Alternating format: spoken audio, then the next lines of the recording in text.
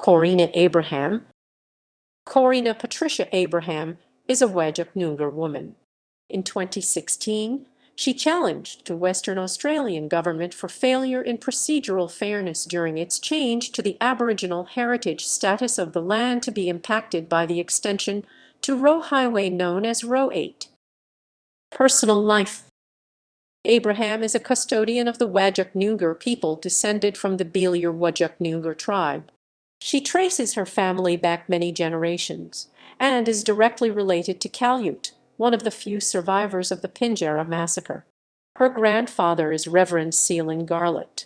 In 1997, Abraham, along with a number of other Indigenous artists of the Jidij Arts Group, created a piece of artwork using linocut print, which is part of the City of Melville's art collection. In 2010, Abraham was co-chair of the City of Cockburn Aboriginal Advisory Committee.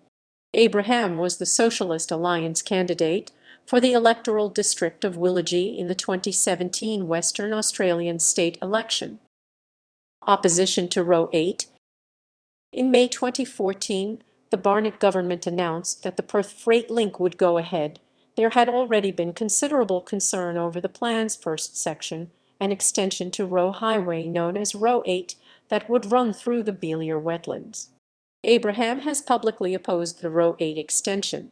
On 2 December 2015, Senator Scott Ludlam read a letter to the Australian Senate, written by Abraham to the Prime Minister of Australia about the Perth Freight Link, in particular the area to be impacted by Roe 8. The letter is a plea to the newly appointed Prime Minister Malcolm Turnbull for intervention, in which she describes the cultural and historical significance of the wetlands to the Noongar people.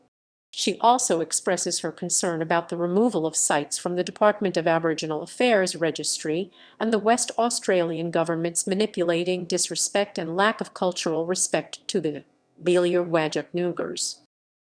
WA Supreme Court writs. On 30 March 2016, Greg McIntyre QC, the lawyer who also commenced the Mabo case, acting pro bono for Abraham, lodged writs in the Supreme Court of Western Australia. The writs alleged that Minister of Aboriginal Affairs Peter Collier and the Department of Aboriginal Affairs Cultural Committee denied procedural fairness to Abraham when it failed to consult her.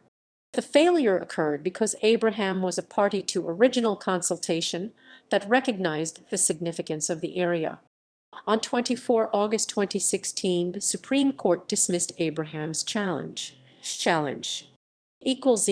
References